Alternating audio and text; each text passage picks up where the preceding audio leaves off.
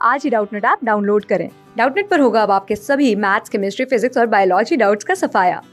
बस अपने क्वेश्चन की फोटो खींचो, उसे क्रॉप करो और तुरंत वीडियो सोल्यूशन पाओ। Download now. Hello students, question है कि स्वामी विवेकानंद ऐसे संत थे जिनका रोम रोम राष्ट्रभक्ति से ओतप्रोत था। उनके सारे चिंतन का केंद्र बिंदु राष्ट्र था। अपने राष्ट्र की प्रगति व उत्थान के लिए जितना चिंतन व कर्म इस तेजस्वी सन्यासी ने किया, उतना पूर्ण समर्पित राजनीतिज्ञों ने भी संभवतः नहीं किया। अंतर यह है कि इन्होंने सीधे राजनीति धारा में भाग नहीं लिया, किंतु इनके कर्म व चिंतन की प्रेरणा से हजारों ऐसे कार्यकर्ता तैयार हुए जिन्होंने राष्ट्ररथ को आगे बढ़ाने के लिए अपना जीवन समर्पित कर दिया। इन्होंने निजी मुक्ति को जीवन दिलाने का लक्ष्य नहीं बनाया था, बल्कि करोड़ों देशवासियों के उत्थान को ही अपना जीवन लक्ष्य बनाया।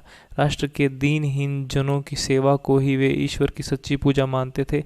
सत्य की अनवरत खोज उन्हें दक्षिणोत्तर के संत श्री रामकृष्ण परमहंस तक ले गई और परमहंस के वह सच्चे गुरु सिद्ध हुए जिनका सानिध्य पाकर इनकी ज्ञान पिपासा शांत हुई।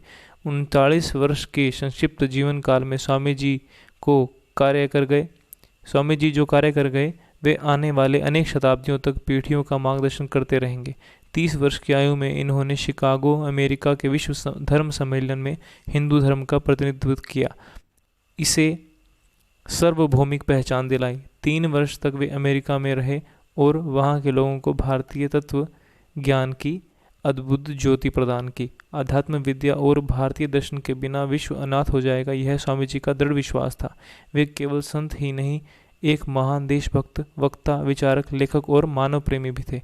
अमेरिका से लौटकर उन्होंने आज़ादी की लड़ाई में योगदान देने के लिए देशवासियों का आह्वान किया और जनता ने स्वामी जी की पुकार का उत्तर दिया। गांधी जी को आज़ादी की लड़ाई में जो जन समर्थन मिला वह स्वामी जी के आह्वान का ही फल था। 19वीं सदी के आखिरी दौर में लगभग सशक्त क्रांति के जरिए वे देश को आज़ाद करना चाहते थे, परंतु उन्हें जल्द ही यह विश्वास हो गया कि परिस्थितियां उनके इरादों के लिए अभी परिपक्व नहीं है। इसके बाद उन्हें एक परिवारजक के रूप में भारत और दुनिया को खंगाला डाला। स्वामी जी इस बात से आश्वस्त थे कि धरती की गोद में यदि कोई ऐसा देश है जिसने मनुष्य की तरह इसकी बेहतरी, मनुष्य की हर बेहतरी के लिए ईमानदार कोशिश की है, वह भारत ही है। उनकी दृष्टि में हिंदू धर्म के सर्वश्रेष्ठ चिंतकों के विचारकों का निचोड़ पूरी दुनिया के लिए अब भी आश्चर्य का विषय है। स्वामी जी ने संकेत दिया कि विदेशों में भौतिक समृद्धि तो है और उसकी भारत की ज़रूरत भी है, लेकिन हमें याचक नहीं बनना चाहिए। हमारे पास उससे ज़्यादा बहुत कुछ है जो हम पश्चिम को दे सकते हैं और पश्चिम को उसकी बेसाख्ता ज़रूरत है।